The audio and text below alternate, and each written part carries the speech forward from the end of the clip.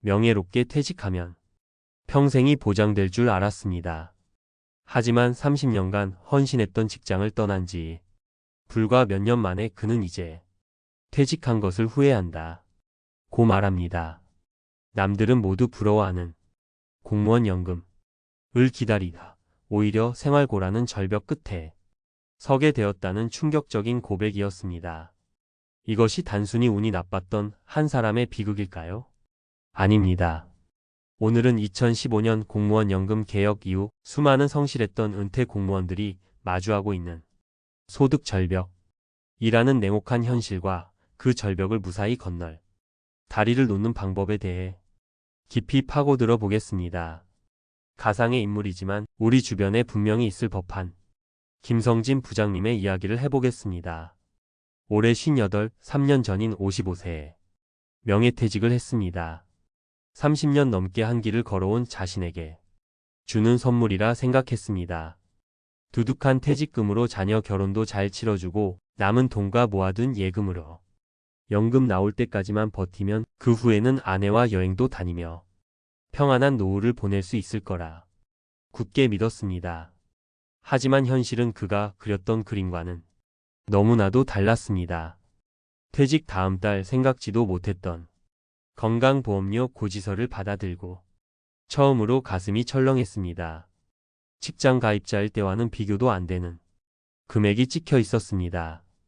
예상치 못한 칩수리 비용, 경조사비, 병원비는 끊이지 않았고 통장 잔고는 눈에 띄게 줄어들기 시작했습니다. 정작 가장 중요한 연금은 아직 한 푼도 들어오지 않고 있었습니다. 김성진 부장님의 이야기가 특별한 경우일까요?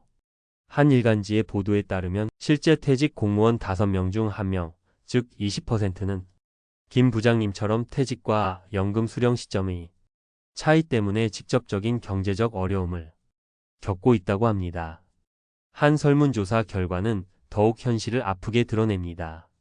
퇴직 공무원의 절반이 넘는 56.2%가 퇴직 전 소득의 절반도 채 안 되는 돈으로 살아가고 있었고, 더 충격적인 것은 10명 중 7명, 70.5%는 다른 소득원 없이 오직 앞으로 나올 공적연금에만 생계를 의존하고 있다는 사실입니다. 월급이 반토막 났다 는 그의 고백은 결코 과장이 아니었던 셈입니다. 그렇다면 도대체 왜 이런 일이 벌어지고 있는 걸까요? 문제의 핵심은 2015년 연금 개혁으로 인해 생겨난 구조적인 함정, 바로 정년과 연금 받는 나이의 어긋남에 있습니다. 당시 개혁의 핵심은 더 내고 덜 받고 그리고 더 늦게 받는다 는 것이었습니다.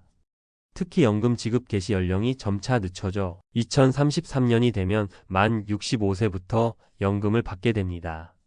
그런데 공무원의 법정 정년은 만 60세입니다.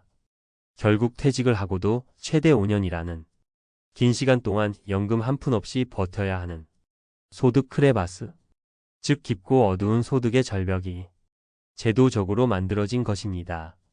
실제로 공무원 노동계는 OECD 국가 중에서 법정 정년과 연금 개시 연령이 이렇게까지 어긋나 소득 공백이 발생하는 나라는 한국이 유일하다고 지적하고 있습니다. 또 다른 함정은 우리의 오랜 믿음에 있었습니다. 김성진 부장님처럼 많은 분들이 퇴직금을 인생 2막을 시작하는 목돈으로 생각합니다. 집을 넓히거나 자녀를 지원하는 데에 쓰는 것을 당연하게 여겼습니다. 과거에는 그것이 어느 정도 가능했습니다. 하지만 이제 시대가 변했습니다. 지금의 퇴직금은 더 이상 축포를 터뜨리기 위한 목돈이 아닙니다. 캄캄한 소득의 절벽을 건너기 위해 반드시 필요한 징검다리 역할을 해야만 합니다. 이 역할의 변화를 제대로 인지하지 못하고 과거의 방식대로 퇴직금을 사용해버리는 순간 우리는 아슬아슬한 절벽 끝에 홀로 서게 되는 것입니다. 자, 지금까지 우리는 조금은 무겁고 냉정한 현실을 들여다봤습니다. 하지만 여기서 좌절하기 위해 이 이야기를 꺼낸 것이 아닙니다. 지금부터가 진짜 중요합니다. 이 위태로운 절벽을 무사히 건너기 위해 우리는 어떤 다리를 어떻게 놓아야 할까요? 여러분이라면 김성진 부장님의 상황에서 가장 먼저 무엇을 하셨을 것 같습니까? 가장 먼저 그리고 가장 중요하게 점검해야 할 것은 바로 퇴직금 관리입니다. 퇴직금을 덜컥 일시금으로 받아 일반 예금 통장에 넣어두는 것은 귀한 다리 공사 자재를 강물에 그냥 흘려보내는 것과 같습니다. 퇴직금은 반드시 개인형 퇴직연금 IRP 계좌로 이전해서 관리해야 합니다. 왜냐하면 IRP 계좌로 퇴직금을 받아 나중에 연금으로 수령할 경우 일시금으로 받을 때 내야 하는 무거운 퇴직소득세의 30%에서 많게는 40%까지 아낄 수 있기 때문입니다. 이것은 단순히 세금을 조금 아끼는 수준이 아니라 소중한 노후 자산을 지키는 가장 강력한 첫 번째 방어선입니다. 또한 IRP 계좌 안에서 안전한 예금이나 채권 또는 소액의 펀드 등으로 운용하면서 소득 공백기 동안 자산이 마냥 잠자게 두는 것이 아니라 조금이라도 불려나가는 전략을 세워야 합니다. 두 번째, 정부 대책만 기다릴 수는 없습니다.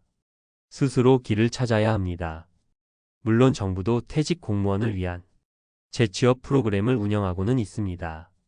하지만 한 언론 보도에 따르면 2023년 한 해 동안 이 프로그램을 통해 일자리를 얻은 인원은 전국에서 고작 138명에 불과했습니다. 이것이 우리 모두를 위한 현실적인 대안이 되기는 어렵다는 뜻입니다. 국민연금에는 소득이 줄어드는 것을 감수하고 연금을 최대 5년 먼저 받는 조기노령연금 제도가 있습니다. 하지만 안타깝게도 현재 공무원 연금에는 이러한 선택지가 없습니다. 결국 지금 당장은 우리 스스로 대안을 찾아야 하는 상황인 것입니다. 퇴직하기 최소 5년 전부터는 나의 경력과 경험을 살려 사회에 다시 기여할 수 있는 재취업이나 작은 창업을 진지하게 고민하고 구체적으로 준비해야 합니다. 마지막으로 줄어든 연금에 대처하는 우리의 자세를 바꿔야 합니다. 이제 공무원 연금 하나만 믿고 완벽한 노후를 보낼 수 있었던 시대는 끝났다는 사실을 인정해야 합니다.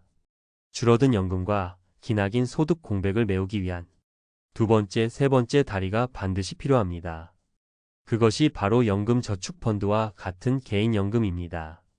재직 시절부터 단 10만 원이라도 꾸준히 납입하며 세액공제 혜택을 받고 장기적인 관점에서 노후 자산을 복리의 마법으로 키워나가야 합니다. 연간 900만 원까지 세액공제가 가능한 IRP 추가 납입 그리고 연 600만 원까지 가능한 연금저축을 함께 활용한다면 우리는 국가가 만들어준 다리가 부실하더라도 스스로 강을 건널 수 있는 튼튼하고 든든한 안전판을 만들 수 있습니다. 오늘 들으신 퇴직자의 충격적인 고백이 여러분의 마음에 불안감을 안겨드렸을지도 모르겠습니다. 하지만 모든 충격은 우리에게 경고를 보냅니다. 그 경고를 무시하면 우리는 위기를 맞게 되고 그 경고를 진지하게 받아들이면 미래를 준비할 수 있는 기회를 얻게 됩니다. 지금 당장 나의 퇴직 예정일과 연금을 받기 시작하는 날짜를 달력에 표시해 보십시오. 그리고 그 사이에 텅 빈 기간 그 소득 공백을 어떻게 채워나갈지 구체적인 계획을 세워야 합니다. 기억하십시오. 퇴직금은 더 이상 축하금이 아닌 절벽을 건너는 징검다리입니다. 공무원 연금은 노후의 기초일 뿐이며 그 위에 IRP와 개인연금이라는 추가 동력을 반드시 장착해야만 합니다. 오늘 제 이야기가 여러분의 든든한 노후를 준비하는데 작은 등불이 되었기를 바랍니다. 준비된 노후는 결코 우리를 배신하지 않습니다. 오늘 내용이 도움이 되셨다면 구독과 좋아요 버튼 한 번씩 부탁드립니다. 그리고 비슷한 고민을 하고 계시거나 자신만의 지혜를 나누고 싶으신 분들이 계시다면 댓글을 통해 여러분의 소중한 생각을 들려주세요. 여러분의 참여가 서로에게 큰 힘이 될 것입니다.